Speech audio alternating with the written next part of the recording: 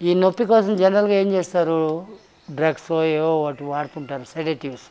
అలాంటివి ఏమీ లేకుండా with padding I'm getting treatment my self.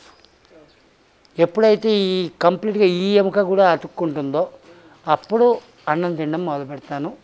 ఇప్పటిదాకా సంవత్సరన్నర అంటే 18 నెలలు అయింది అన్నం తినడం మానేసి.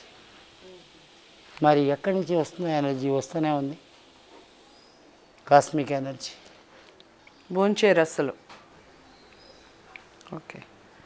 సో మీరు మీ పర్సనల్ ఎక్స్పీరియన్స్ గురించి బాగా చెప్పారు. మళ్ళీ కమ్ టు సబ్జెక్ట్.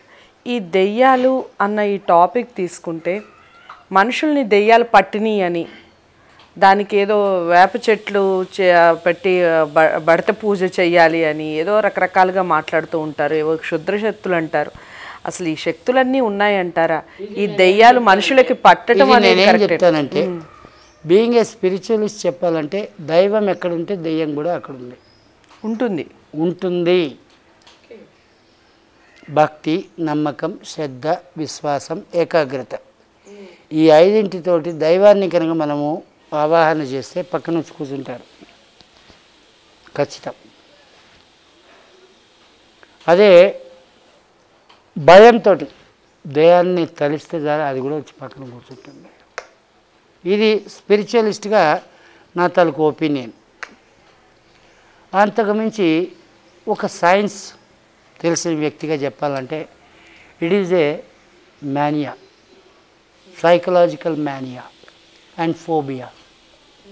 దెయ్యం వచ్చింది నన్ను పట్టుకుంది అన్నటువంటి ఒక ఫీల్ ఏదైతే ఉందో అది సైకలాజికల్ ఫోబియా అండ్ మానియా అంటాను నేను. ఇందాక నేను చెప్పాను, దెయ్యాలు కూడా సమస్త జీవరాశుల్లో ఒకటి అని భావిస్తే అవి మనం ఏం చెయ్యం. కానీ అది వచ్చి మనం ఏదో అటాక్ చేస్తుంది అనేటువంటి ఫీల్లోకి వెళ్ళిపోతే definitely it will attack with us. ధైర్యం ఉంటే చాలమ్మా, ఏం కాదమ్మా. మరి మేము శ్మశానాల్లో సాధనలు చేస్తాము అని అంటే ఎలా సాధన చేయగలిగాము? మేము నమ్మిన సిద్ధాంతాన్ని మేము నమ్మాము, మేము గుర్తించిన దాన్ని గుర్తించాము. ఓకే. మీరు ఈ మాట అన్నారు కాబట్టి ఒక ప్రశ్న. మీరు శ్మశానాల్లో సాధన అన్నారు. శ్మశానాల్లోనే ఎందుకు చెయ్యాలి సాధన అనే దానికి ఒక రీజన్ చెప్పండి. రుద్రభూమి అమ్మా. ఓకే. రుద్రభూమి. అది సాధన అనేది ఒక దీర్ఘకాలికమైన, అంటే నమ్మకంతో చేసేది కదా, ఎక్కడైనా చేయొచ్చు కదా. శివుడు రుద్రభూమి, శివుడు వసించేటువంటి రుద్రభూమి అది.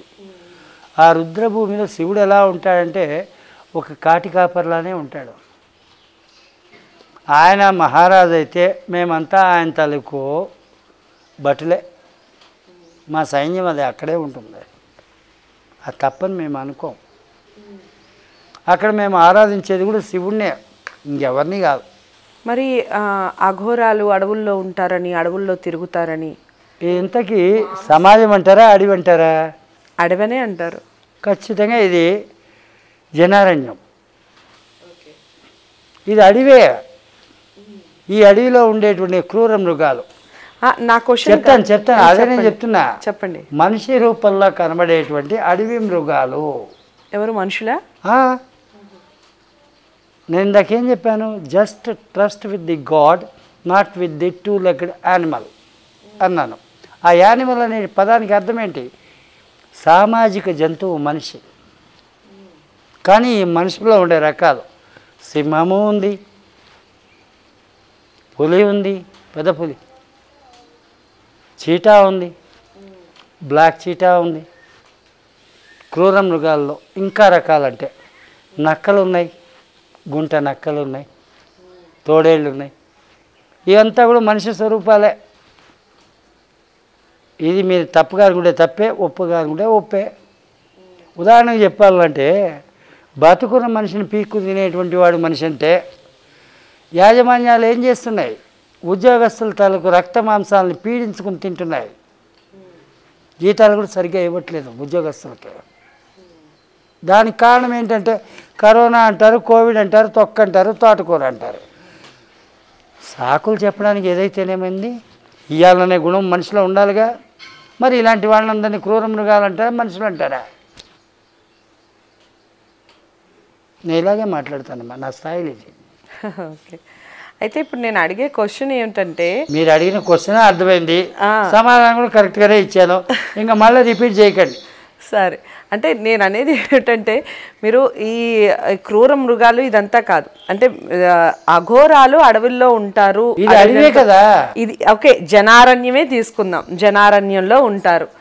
మరి అడవిలో ఉండి భగవంతుడిని పూజించి భగవంతుడిని నమ్మి, ముఖ్యంగా శివుణ్ణి నమ్మేవాళ్ళు ఎందుకు మాంసాహారాలు మత్తు పదార్థాలు తీసుకోవడము, ఈ స్మోకింగ్ చేయడం, ఇదంతా తప్పు కదా? మాకేంటంటే పంచమకరాలు అనేవి ఉన్నాయమ్మా.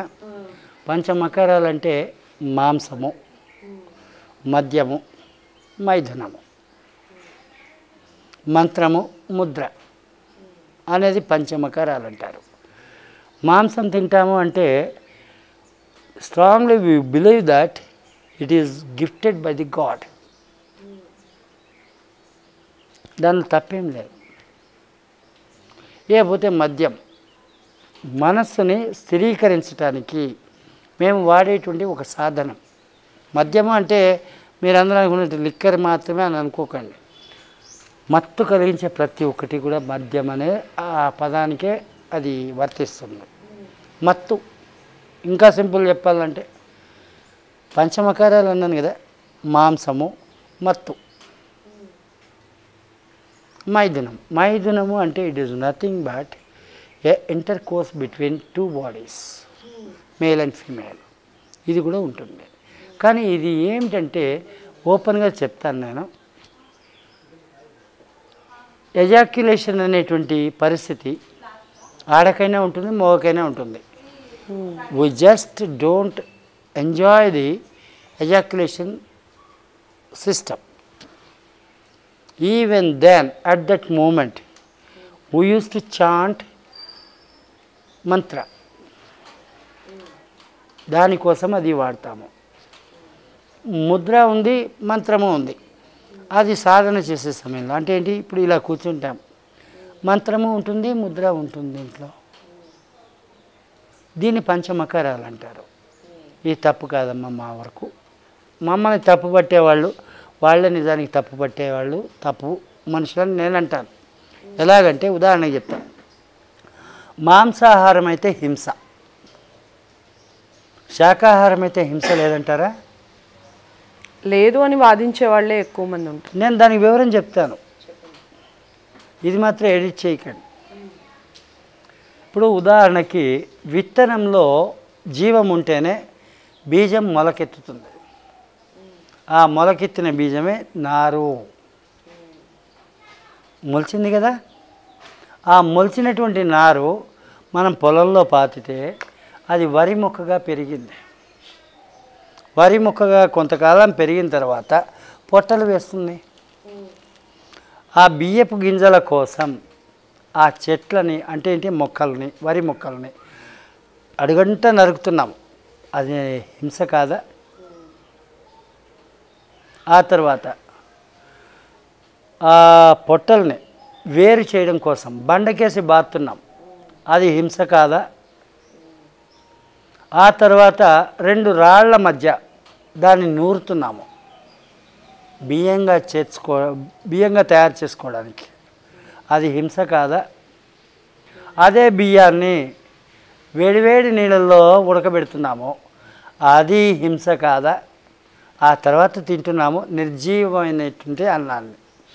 మరి మనుషులు కూడా మృత శరీరాలతోటి ఆడుకుంటూ మృత శరీరాలను పీక్కు తింటున్న వాళ్ళే కదా. ఆ ఘోరాలు మాత్రమే మృత శరీరాలను పీక్కు తింటున్నారా? మనుషులు పీక్కు తింటున్నా? ఇది వితండవాదం అనుకోకండి, లాజికల్గా ఆలోచిస్తే ఇది ట్రూత్. కాయగూరలైనా అంతే.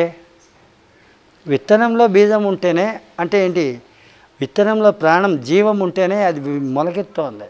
చెట్లుగా మొలుస్తున్నాయి, కాయలు కాస్తున్నాయి, పండ్లు కాస్తున్నాయి. అవన్నీ కూడా మనం పీక్కు తినేటప్పుడు దానికి ఎంతో నొప్పి కలుగుతుంది. అది మనం గుర్తిస్తున్నామా? లేదు. ఈ శాకాహారం అనుకుంటున్నాం, మనల్ని మనం రాజీ చేసుకుని బతికిపోతున్నాం గొర్రెల మారిగా.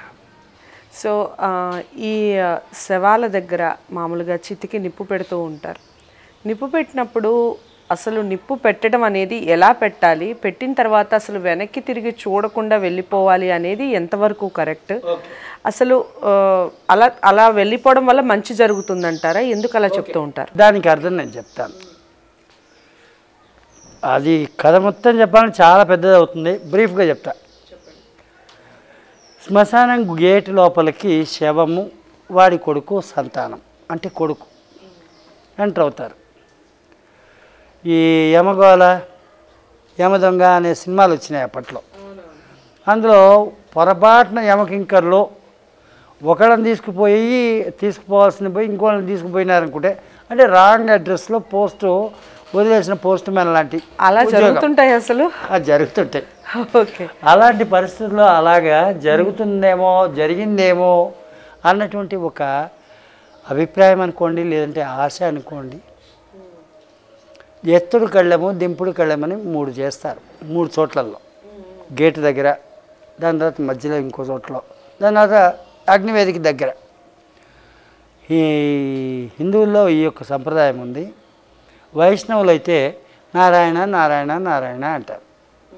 శైవులు అయితే ఓం నమ శివాయ, ఓం నమ శివాయ, ఓం నమ శివాయ అంటారు.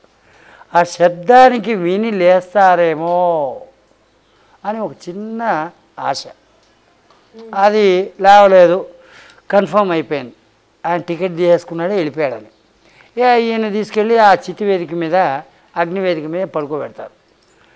కానీ ఈ కొడుకులు అనేటువంటి వాళ్ళు కానీ ఉన్నారు కదా, ఈ కాలంలో అదేం పోతే దులుపుని పోవటమే. ఆ రోజుల్లో అట్ట కాదు. నాయన పోయినా అంటే నేను బతికుండా ఏం చేయాలి, నాకు అసలు ఏమి తెలీదే, నేను ఎట్ట బతికేది అనేటువంటి ఒక బాధ ఆ రోజుల్లో ఉండే, పాతకాలం నాటి రోజుల్లో. అందుకని చెప్పి వెనక్కి తిరిగి చూడకుండా చితిని ముట్టించి వెళ్ళిపో అని యజ్ఞకర్తలు అంటే బ్రాహ్మణులు, వేదం తెలిసిన వాళ్ళు, శాస్త్రం తెలిసిన వాళ్ళు చెప్తుంటారు. ఎందుకనంటే వీడి మనసు కూడా పిచ్చిబట్టి ఆ అగ్నివేదిక మీద సహగమనం చేశాడు అనుకోండి, అప్పుడు వీడి బతికేమవుతుంది, వీడి పిల్లల బతికేమవుతుంది అనేటువంటి ఉద్దేశంతో వచ్చినటువంటి సంప్రదాయం అది. అంతేగాని ఇంకోటి ఏం కాదు. చూసినా ఏం కాదు, చూడకపోయినా ఏం కాదు. అవునా, చూడకుండా ఉండాలి అనేది ఎక్కువ చెప్తూ ఉంటారు. అది ఎందుకనంటే ఒకవేళ వీడికే మనసు మారిపోయి ఆ అగ్నివేదిక మీద ఎగిరి దూకి తన్నితో కాలు చచ్చిపోతాడేమో అని ఒక చిరు భయం. ఓకే, అయితే మీరు చెప్పండి, ఇంత జ్ఞానాన్ని మనం ఇంత ఒక గంట సేపటి నుంచి మాట్లాడుతూ ఉన్నాం, మీరు చాలా జ్ఞాన సంపన్నులాగా అనిపిస్తున్నారు,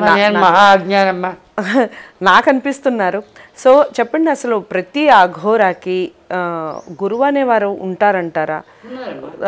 ప్రతి అఘోరాకి ఉంటారా? పరంపర లేనిదే అఘోరాలు సాధ్యం కాదు. కాకపోతే ఆ వచ్చేటువంటి గురువుని బట్టి శిష్యుల్లో ఒక జ్ఞానం అన్నది ఏర్పడుతుంది. కానీ ఆ గురువే ఒక అజ్ఞాని అయితే వాడి తలకు శిష్యుడు కూడా మహా అజ్ఞానిగా మారతాడు. ఓకే, దీన్నే మనం అనుకుంటాము. అదేదో వచ్చింది అనుష్క దాంట్లో, కోడి రామకృష్ణ డైరెక్షను, అరుంధతి. యా అరుంధతి. అందులో సోను సూద్ దుర్మార్గుడైనటువంటి ఆ ఘోరాకు శిష్యుడిగా కాగలిగాడు కాబట్టి వాడి దగ్గర ఉండేదంతా దుర్మార్గత్వమే. అంటే ఇప్పుడు కోడి రామకృష్ణ గారు అఘోరాలని సంప్రదించి ఆ సినిమా తీశారంటారా? మేబీ రీసెర్చ్ చేస్తుంటారమ్మా సినిమా వాళ్ళు. ఏదైనా ఒక టాపిక్ మీద సినిమా తీస్తారంటే రీసెర్చ్ చేస్తుంటారు. సమాజంలో జరిగేదే వాళ్ళు సినిమాల్లో చూపిస్తారు, అంతకుమించింది ఏం కాదు. అదేవిధంగా అదే అనుష్క అంటే అరుంధతి ఈ సోను సూద్ని చంపాలంటే ఏం చేయాలి అని అంటే, నువ్వు సజీవంగా శిరస్సు మీద టెంకాయలతోటి కొట్టించుకొని నీ శరీరాన్ని నువ్వు త్యాగం చేస్తే నీ ఎముకలతోటి తయారు చేయబడిన కత్తి ఏదైతే ఉందో ఆ కత్తితోటి వాడికి మరణం సంభవిస్తుంది అని చెప్పి ఇంకొక గ్రూప్ పాజిటివ్ మేనర్ వాళ్ళు కూడా అఘోరాలే. మరి అది ఎవరు పట్టి అఘోరాల్లో కూడా రకాలు ఉంటారు. అయ్యో రామ, జర్నలిస్టులో మంచి చెడు ఎలాగైతే ఉందో, పాముల్లో బ్లాక్ అండ్ వైట్ ఎలాగుందో అఘోరాల్లో కూడా మంచి చెడు ఉంది. సో అఘోరాలకు కూడా ఫ్యామిలీస్ ఉంటాయి, సినిమాలు చూస్తారంటారు. అయ్యో రామా, నా సంగతి నేను చెప్పానమ్మా. అఘోరాలందరికీ ఫ్యామిలీస్ ఉంటాయని నేను అన్నాను. నాకు తెలిసి నేను చెప్తా. సమాజంలో ఉండేటువంటి ఒత్తిళ్ళు, కుటుంబాల్లో ఉండే ఒత్తిళ్ళు తట్టుకోలేక సన్యాసం తీసుకుని అఘోరాగా మారిపోదామని వచ్చేవాళ్ళే చాలామంది. ఇప్పటికీ నా దగ్గర కొన్ని వేల మంది వచ్చారు. ఎవరిని యాక్సెప్ట్ చేయలే. నిజానికి చెప్పాలంటే పెళ్ళాంతో కాపురం చేసినా తప్పు కాదు, పిల్లలతోటి కలిసినా తప్పు కాదు. కానీ అఘోర తత్వం అంటే ఏంటో తెలుసుకుని జీవించాలి. గృహస్థ సాధువులు కూడా అఘోరాల్లో ఉన్నారు.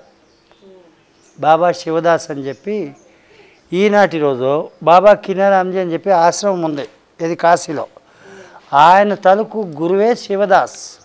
ఆయన గృహస్థ సాధువు. బాబా కినారాంజీకి పరమ గురువు. కావాలంటే మీరు ఆ హిస్టరీ అంతా చదివితే మీకు అర్థమవుతుంది. ఇదంతా కూడా చరిత్ర చెప్పినటువంటి తార్కాణాలు, రుజువులు. మనం ఎవ్వరూ వాళ్ళ మీద రీసెర్చ్ చేయము. ఏదో ఎవడో ఏదో చెప్పాడు అదే కరెక్ట్ అనుకుంటాం, అలాగే ఉంటాం. అదే జరుగుతోంది. ఓకే. మీరు అడవుల్లో సంచరించేటప్పుడు కానీ లేదా శ్మశానాల్లో సంచరించేటప్పుడు కానీ ఏవో అద్భుత శక్తులు వచ్చి మిమ్మల్ని ఆవగిస్తాయని ఏమో మరి ఒక రకమైన నానుడి ఉంది, అది ప్రచారం జరుగుతోంది, అఘోరాలు అలా ఉంటారు అని. అది నిజమేనంటారా? అసలు మీకు అనేవి ఒక అద్భుతమైన శక్తులు అనేవి అసలు ఉన్నాయా? సింపుల్గా చెప్పాలంటే శివుడే నేను, నేనే శివుడు అంటే ఆ అతీంద్రియ శక్తులన్నీ నాలో ఉంటాయి. కానీ నేనే అంటే నేను అనేటువంటి నూనె ఉండదు. ఇదేదో సినిమా డైలాగ్ లాగా అనిపించట్లా? నేనే అంటే నూనె అనేదే ఉండదు. నూనె లేనప్పుడు దీపం ఎక్కడిది? దీపం లేకపోతే వెలుతురు ఎక్కడిది? ఈ గురుస్థానాన్ని కోల్పోతాం. అది కాదమ్మా.